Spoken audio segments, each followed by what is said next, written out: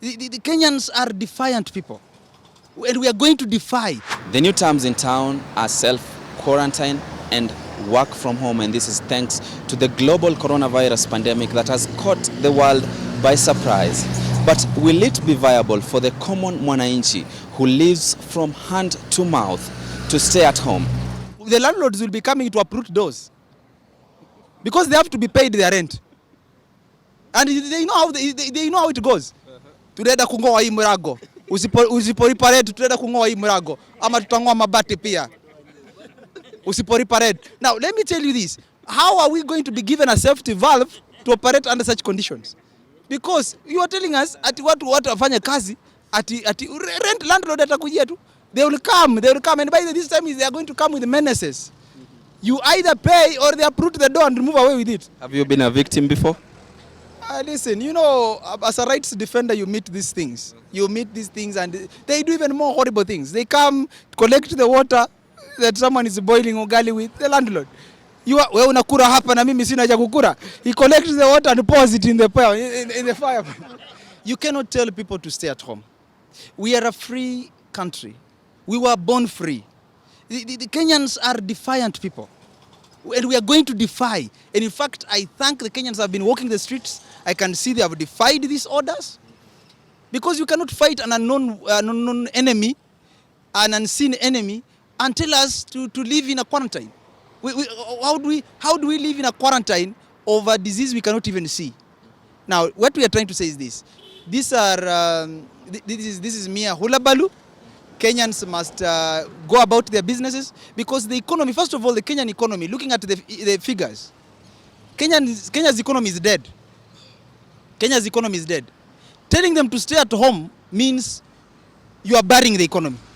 It was dead, but we put it outside the grave, hoping it can resurrect. But now what they have done is to tell us that you stay at home so that we bury it completely. We didn't want to bury this economy. We wanted it to survive. It could resurrect. Jesus resurrected after some few days. So this Kenyan economy, miracles happen in this country. This is where we even have miracle babies. So this economy would have survived. But telling Kenyans to stay at home, this is even more chaotic. This is just my plea to the President Uhuru Kenyatta. Please, can you surprise Kenyans that you love them by doing this? Just tell landlords to eat what they can eat this month and maybe probably next month, because you are a rich man. What do you lack? What do you lack, my brother? If you have got everything, can you just pay for Kenyans' rent 2 months down the line when you are dealing with this pandemic coronavirus, so that Kenyans can actually know that we have somebody, we have a lion. So when you tell Kenyans that don't go to the job and you have a backup, which backup? They don't pay rent for 2 months. You've reduced the price of food, basic foods like unga. Actually, people will love you. People will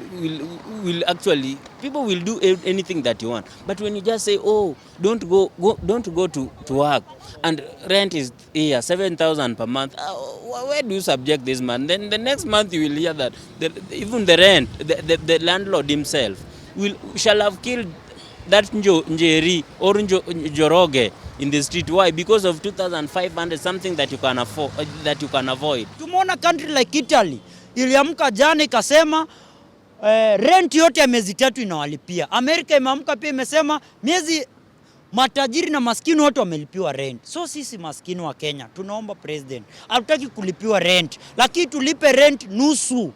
Na Waluya imesikia wamecomplain, wananawishwa sana na wezi afford unga. Juu unga iko 130. So tunataka unga pia irudi 50 bob, na ndio sisi tusurvive wote. Juu president ako State House, analetewa chakula. Public servant wote wanongoja mshahara watalipwa. Ule asila mwenye ana operate sasa tuko Moi Avenue. Ukirudi huko chini Moi Avenue, Tomboe huko chini kwote, wale watu wana survive on daily basis. Wana survive 300 200 ndio wapate kitu. Sasa wasipokuja town jameni, watafanya. So tunaomba rais, tunajua hii ni ugonjwa ambaye inaangisha Kenya mzima, lakini angalie maslaha. Hatutaki wizi iendelee, tunataka pia hata sisi tufeel kama matajiri wengine. Na najua hii pesa iko. Kama Roticha hakumaliza yote, Kimosopa kumaliza yote. Waititu alisema alikula, lakini akasema ni Ujimoto anaogopa pekee, hakumaliza. Pia nimeona gavana wangu wa Witi amekula Homa Bay hadi yaoni, ni kipofu, lakini Kenya ijaisha. So hii pesa iko Kenya. Au masiesi, kitu ya kwanza David Maraga arudi kazi. Tunataka tumuone kazi kwa sababu hawezi sema hakuna koti na kuna watu wanafanya mahovu juu wanajua hakuna koti, hakuna mahali unasapelekwa. Bwana Matiang'i tumutilize, tumwambie vijana wakiwa hivi, vijana madhale wataleta shida. Kwa sababu hata wao hawana nini mahali ya kwenda. Sasa wakiambia hivi wanajua hata akikunyang'anya hakuna mahali anapelekwa. Juu askari anaongopa hii ungojwa, anaweza sema ni corona, vijana ikikuja nimwambia hii usinikamate mimi niko nayo. Sasa askari atabidi asalende. So ile kitu iko, sheria ifuatwe. Kama ni corona, ile kitu issues, madaktari wafanye kazi yao. Lazima tule. Watoto kuna wale wamezaliwa leo. Ukisema kwamba mamake ako ndani ya nyumba, chakula atatoa wapi? Unaona? Kwa hivyo lazima waangalie unga tutanunua shingapi. Mafuta dukani tutabaki shingapi.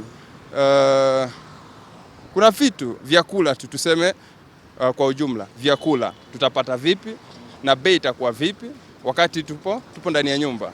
Yeah. Waangazia hayo yote. Kabisa zote kwa pamoja, yani zote kwa ujumla, warudishe kila kitu chini.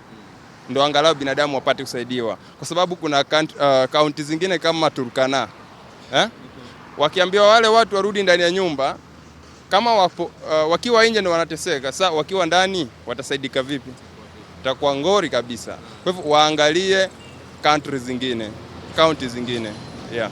You feel like probably the government letting students go home has sort of distributed the contamination levels? Personally, and speaking from a village and a slum perspective, I think no. Because I think that when children, I have a center in Mathare, and when I looked at those kids playing and interacting uncontrollably, then I think if we have only one case in Mathare of a student who is already infected, then per day we can get so many infections at the end of the day. Because you see, the children, you can't withdraw one of the kids. The parents even don't understand. They don't even know whether the child has fever since morning to evening until they come back.